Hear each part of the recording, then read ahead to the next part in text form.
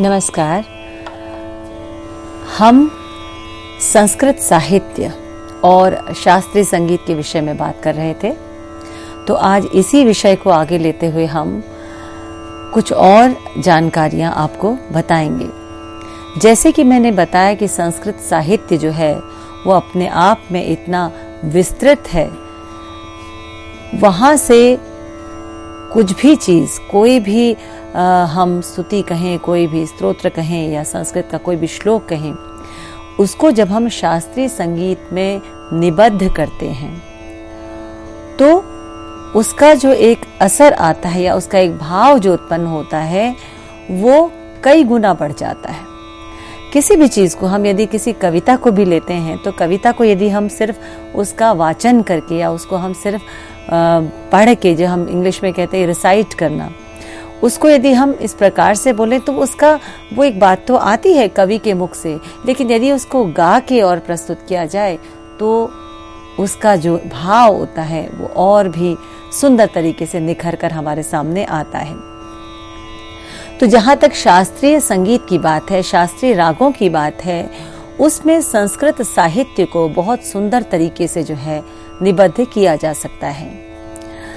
संस्कृत साहित्य जो है जिसमें कि सूत्र में जो है बहुत सी चीजों को बताया जाता है, भावों की अभिव्यक्ति जो है उसको बहुत सुंदर तरीके से अभिव्यक्त किया जाता है सूत्रों में या श्लोकों के रूप में। तो गायन के साथ जब उसको जोड़ा जाए तो ये अनुभव किया जा सकता है कि वो बहुत जल्दी जो है वो कंठस्थ हो जाते हैं। बहुत जल्दी उनको हम यदि उसको कहें कि किसी छोटे बच्चे को भी यदि सिखाया जाए तो वो स्वाभाविक है, वो यदि गायन के रूप में उसको सिखाया जाए तो बहुत जल्दी उसको याद करता है। इसका उदाहरण हम देख सकते हैं कि जब बच्चा छोटा होता है तो हम कई आजकल तो कहते हैं नर्सरी राइम्स कहते हैं, लेकिन जो है हमारा भी जब बचपन रहा तो हमको इस प्रकार से हमारी माता ने भी हमको ऐसे ही सिखाया, कुछ गाकर कुछ सिखाया। तो शायद वो चीज़ें आज भी जो है हम देखें तो कहीं ना कहीं उसकी छाप है कि आज भी हमें वो चीज़ याद रहती है। हम अपने विद्यार्थी जीवन में कोई कविता, कोई श्लोक, कोई दोहे या चौपाई या किसी भी तरह का जो साहित्य, हम उसको यदि गाकर उसको याद करते हैं तो वो हमें हमेशा के लिए याद रहता है। तो मैं बात कर रही थी संस्कृत साहित्य और शास्त्रीय संगीत की। संस्कृत साहित्य में यदि हम शास्त्रीय संगीत को जोड़ते हैं तो हमें किन किन बातों का ध्यान रखना चाहिए। एक तो इस बात का ध्यान होना चाहिए कि संस्कृत साहित्य जो है उसमें जो शब्द हैं उनका जो संधि है, या हम कहें संधि विच्छेद करके यदि हम उसको गाएं तो उसका अर्थ जो है वो बिगड़ना नहीं चाहिए। व्याकरण के हिसाब से वो बिल्कुल शुद्ध रहना चाहिए। और संगीत की बात करें, शास्त्रीय संगीत के साथ जिस भी राग को हम गा रहे हैं, यदि हम उसको पूरी तरह से शास्त्रीय संगीत के अनुसार गाएं तो उस राग में भी किसी प्रकार की कोई दोष नहीं होना चाहिए। उस राग की शुद्धता को भी बराबर हमें रखना चाहिए। अब ये प्रश्न उठता है कि संस्कृत साहित्य को भी शुद्ध रखें, उसके उच्चारण को भी सही रखें और शास्त्रीय संगीत के रागों को भी सही रखें। तो विद्यार्थी के सामने ये एक प्रश्न आता है, ये कैसे संभव है? क्योंकि कहीं तो ध्यान हमारा साहित्य की तरफ जाएगा, कहीं ध्यान हमारा संगीत की तरफ जाएगा। इसका एक बहुत सरल तरीका ये है कि हम जिस भी राग में किसी भी संस्कृत साहित्य को यदि हम निबद्ध करने जा रहे हैं तो उसको पहले उस राग को थोड़े समय तक गा लेना चाहिए, ताकि उसके स्वर हमारे भीतर रच बस जाएं। और फिर हमें संस्कृत साहित्य को एक बार पढ़कर देख लेना चाहिए। तो पढ़कर देखने से हम उसका जो उच्चारण है उसको हम सही तरीके से उच्चारण कर सकें, इस चीज को हमें ध्यान देना है। अब हमें उच्चारण करने के बाद ये समझ में आया कि कहाँ पर हमें रुकना है, कि इस शब्द के बाद हमें विश्रांति देनी है, कहाँ पर हमने जो है हलंत का ध्यान रखना है, कहाँ पर हमने जो है संधि विच्छेद का ध्यान रखना है, कहाँ पर यदि वो शब्द बड़ा है या 2-3 शब्दों से मिलाकर वो बना है तो उस पर कहाँ पर हम रुक सकते हैं, कहाँ पर हम उसको विश्रांति ले सकते हैं, कहाँ पर हमें रुकना नहीं चाहिए, क्योंकि अर्थ का अनर्थ भी नहीं होना चाहिए। तो ये सब चीज़ों का हमें ध्यान रखना चाहिए। एक उदाहरण के तौर पर मैं आपको बताती हूँ, राम रक्षा स्तोत्र से जो है कुछ पंक्तियां जो है मैं गाकर बताती हूँ। ये राग वागेश्वरी, जिसको वागीश्वरी भी कहा गया है, उसमें निबद्ध है। तो पहले यदि हम इसको करें तो इसमें इसको पहले हम इसका उच्चारण करके देखते हैं। उच्चारण के तौर पे इस संस्कृत साहित्य को देखें तो लोकाभिरामम रणरंगधीरम राजीव नेत्रम रघुवंशनाथम। तो शब्दों का हमें ध्यान देना है। लोकाभिरामम, हम इसको लोकाभिरामम ऐसे नहीं कहेंगे, हम उसको लोकाभिरामम शब्द को हमने देखा कहाँ पर हमें विश्रांति करनी, कहाँ पर न्यास करना है। रणरंगधीरम ये एक शब्द है, जब श्लोक लिखा गया उसमें भी एक साथ आ रहा है। रणरंगधीरम राजीव नेत्रम, राजीव और नेत्रम अलग अलग, राजीव नेत्रम छंद का भी हमें ध्यान देना है। रघुवंशनाथम ये भी एक पूरा शब्द है। कारुण्य रूपम करुणाकरंतम श्री रामचंद्रम शरणम प्रपद्ये।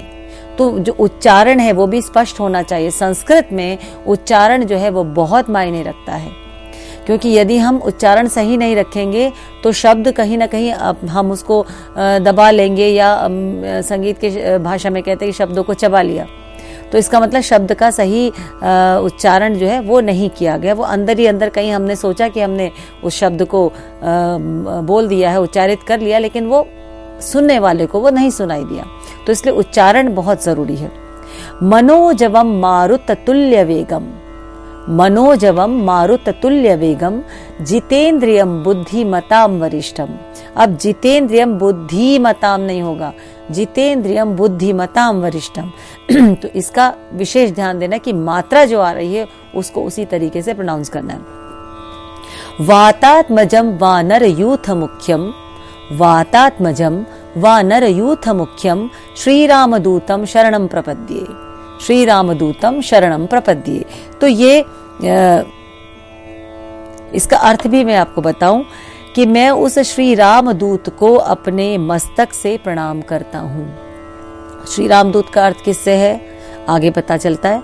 जो मन और वायु के समान गति वाला है।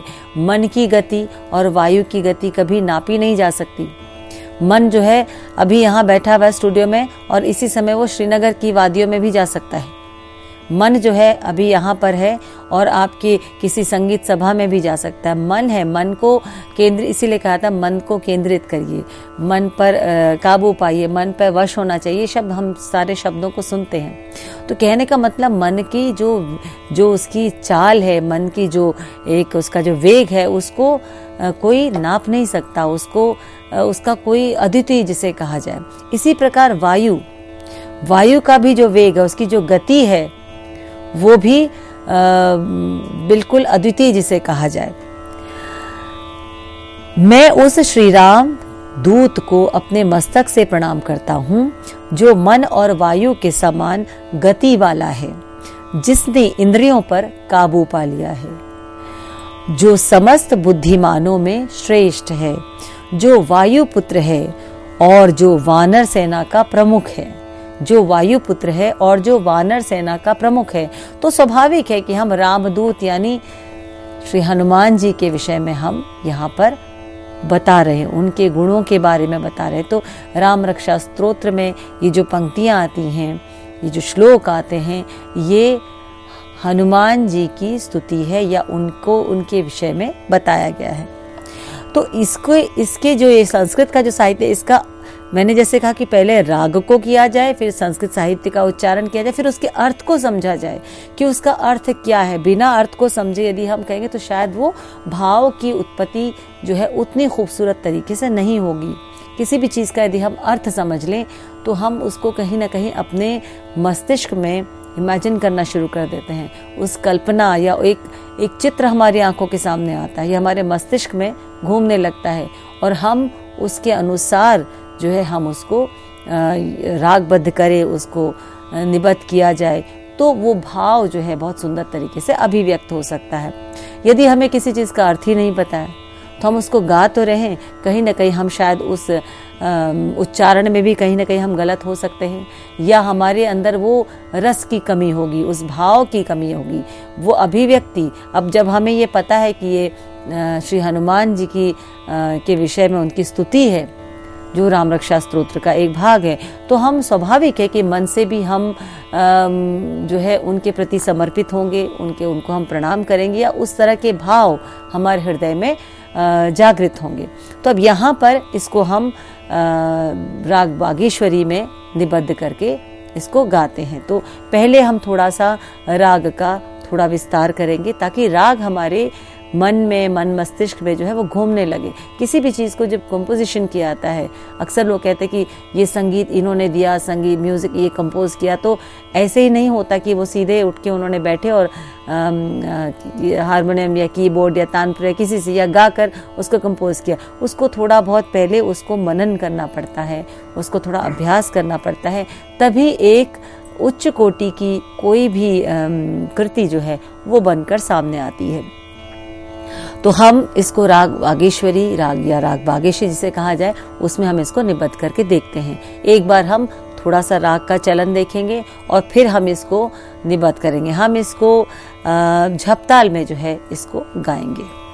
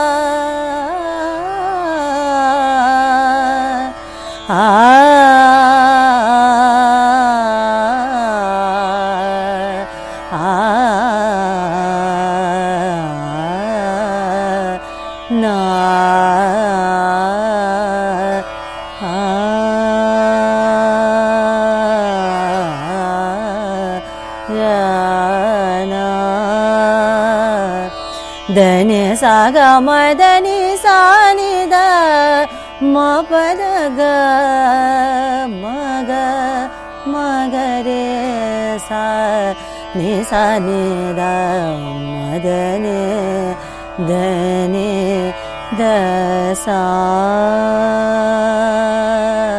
तो एक संक्षिप्त परिचय इस राग का जो है वो हमने लिया, यानी हमने थोड़ा सा राग के चलन को समझा। उसके बाद अब हम इस स्तुति पर आते हैं। ये स्तुति तुलसीदास गोस्वामी तुलसीदास कृत है और बहुत सुंदर ये जो है स्तुति है श्री राम रक्षा स्तोत्र से। अब ये हमने झप ताल में इसको निबद्ध किया है। लोकाभिरामं रणरङ्गधीरं राजीवनेत्रं रघुवंशनाथं लोकाभिरामं रणरङ्गधीरं राजीव नेत्रं रघुवंशनाथं कारुण्यरूपं करुणाकरन्तं श्रीरामदूतं शरणं प्रपद्ये। कारुण्यरूपं करुणाकरन्तं श्रीरामदूतं शरणं प्रपद्ये। लोकाभिरामं रणरङ्गधीरं राजीव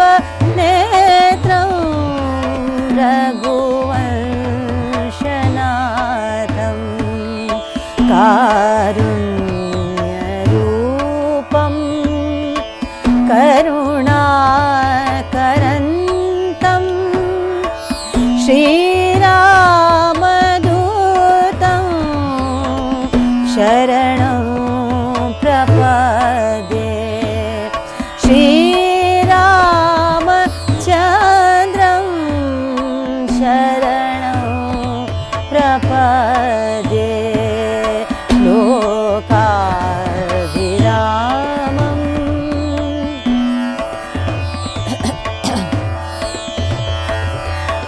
मनोजवं मारुततुल्य वेगं मनोजवं मारुततुल्य वेगं जितेन्द्रियं बुद्धिमतां वरिष्ठं जितेन्द्रियं बुद्धिमतां वरिष्ठं वातात्मजं वानरयूथमुख्यं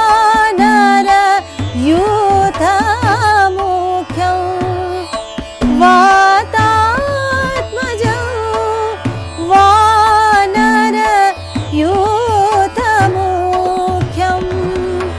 श्रीरामदूतं शरणं प्रपद्ये श्रीरामदूतं शरणं प्रपद्ये लोकाभिरामम् रणरङ्गधीरं राजीवनेत्रं रघुवंशनाथं लोकाभिरामम्। तो देखिए कि इस प्रकार से हम लोग जब किसी भी संस्कृत के किसी साहित्य को जब हम किसी राग में गाते हैं तो हमें उसका जो छंद है उसका भी हमें ध्यान देना है, उसके उच्चारण का भी हमें ध्यान देना है, हम जिस राग में निबद्ध कर रहे हैं उसका भी हमें ध्यान देना है।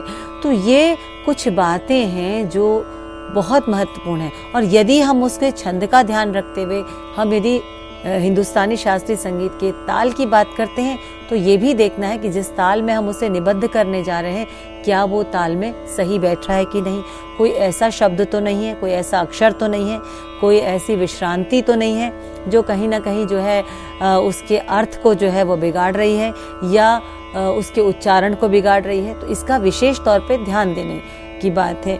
ये स्वाभाविक है कि चीज़ें जो है वो सुनने से और उसको समझने से ही उसको आत्मसात किया जा सकता है। जैसे कि मैं स्वयं एक विद्यार्थी के रूप में मैंने अपने गुरु से शिक्षा ली और मैं आज जो कुछ भी इस तरह की संस्कृत की स्तुतियाँ या कुछ भी साहित्य को मैं गाती हूँ तो मैं वास्तव में उस दिन को याद करती हूँ जब मुझे मेरे गुरु विदुषी श्रीमती सुलोचना बृहस्पति जी ने इसकी तालीम दी थी कि इस प्रकार से उच्चारण को सही रखना है, तो साथ के साथ राग को भी कैसे सही रखना है। ये चीज़ें जो है विद्यार्थी जीवन में सीखने को मिली। और मुझे लगता है विद्यार्थी तो हम आज भी विद्यार्थी हूँ मैं, तो विद्यार्थी जीवन में ये चीज़ें जल्दी, क्योंकि हमें सीखने की चाह जो होती है वो बहुत तीक्ष्ण जो होती है, हमारी इच्छा जो है, तो इन चीज़ों का यदि हम इनको कहीं ना कहीं ध्यान न दें तो आगे चलकर जो है हम उसके साथ उसको ठीक से हम उसको गा नहीं पाएंगे।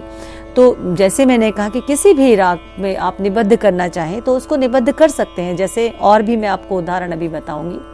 तो राग वागीश्वरी में इसको हमने गाया तो धनि सा ग म धनि सा नि द म प द ग म ग म ग रे सा, ये राग वागीश्वरी का जो है स्वरूप है। हमने थोड़े समय इसको गाया, फिर हमने इसको निबद्ध किया। और राग को क्यों इस पहले गा ले, क्योंकि राग का एक पूरा वातावरण जो है वो क्रिएट करते हैं। राग जो है वो जीवित है, राग को महसूस किया जा सकता है, तो उसको अनुभव करके उसको इतना गा लिया जाए उसको, इतना कि वो राग पर आपकी एक पकड़ बैठनी शुरू हो जाए, और उसके बाद हम संस्कृत साहित्य को लें तो जो रिजल्ट उसके सामने आते हैं वो वास्तव में बहुत ही उच्च कोटि के रिजल्ट जो है वो रहेंगे। अब हमने राग बागेश्वरी को गाया तो हम उसकी एक बंदिश भी गा के देखते हैं। एक ताल की बंदिश है। गुण निधान गुरु प्रमाण, गुण निधान गुरु प्रमाण, ज्ञान ज्योति दाई। गुण निधान गुरु प्रमाण, ज्ञान ज्योति दाई। गुण निधान गुरु प्रमाण, गुण निधान गुरु प्रमाण, ज्ञान ज्योति दाई। गुण निधान गुरु प्रमाण। अनंगरांग करि बखान, अनंगरांग करि बखान, गावे हर साई, गावे हर साई। गुण निधान गुरु प्रमाण, गुण निधान गुरु प्रमाण, ज्ञान ज्योति दाई। गुण निधान। धनि सा ग म ग म रे सा नि सा धनि सा ग म ध म ग म ग रे सा नि सा धनि सा ग म ध नि सा नि ध म ग म ग रे सा म ग म ग रे सा। गुण निधान गुरु प्रमाण, म ग म ध नि सा म ग रे सा नि ध म ग म ध नि सा नि ध म ग म ग रे सा नि सा म ग रे सा नि सा म ग रे सा नि सा नि ध म ग म ध नि सा नि ध म ग म ध नि नि ध म ग म ध म ग रे सा नि सा ध नि सा ग म ग म ग रे सा म ग रे सा। गुण निधान गुरु प्रमाण। अब देखिए वही स्वर इसमें चल रहे हैं और हम ये ताल चलती रहेगी, हम इसको गा रहे हैं, साथ साथ हम जो है यदि बागेश्वरी में कोई भी संस्कृत साहित्य को यदि हम देखें तो ये भी चेक कर सकते हैं कि जो हम स्वरों में उसको निबद्ध कर रहे हैं राग के, क्या वो सही है कि नहीं।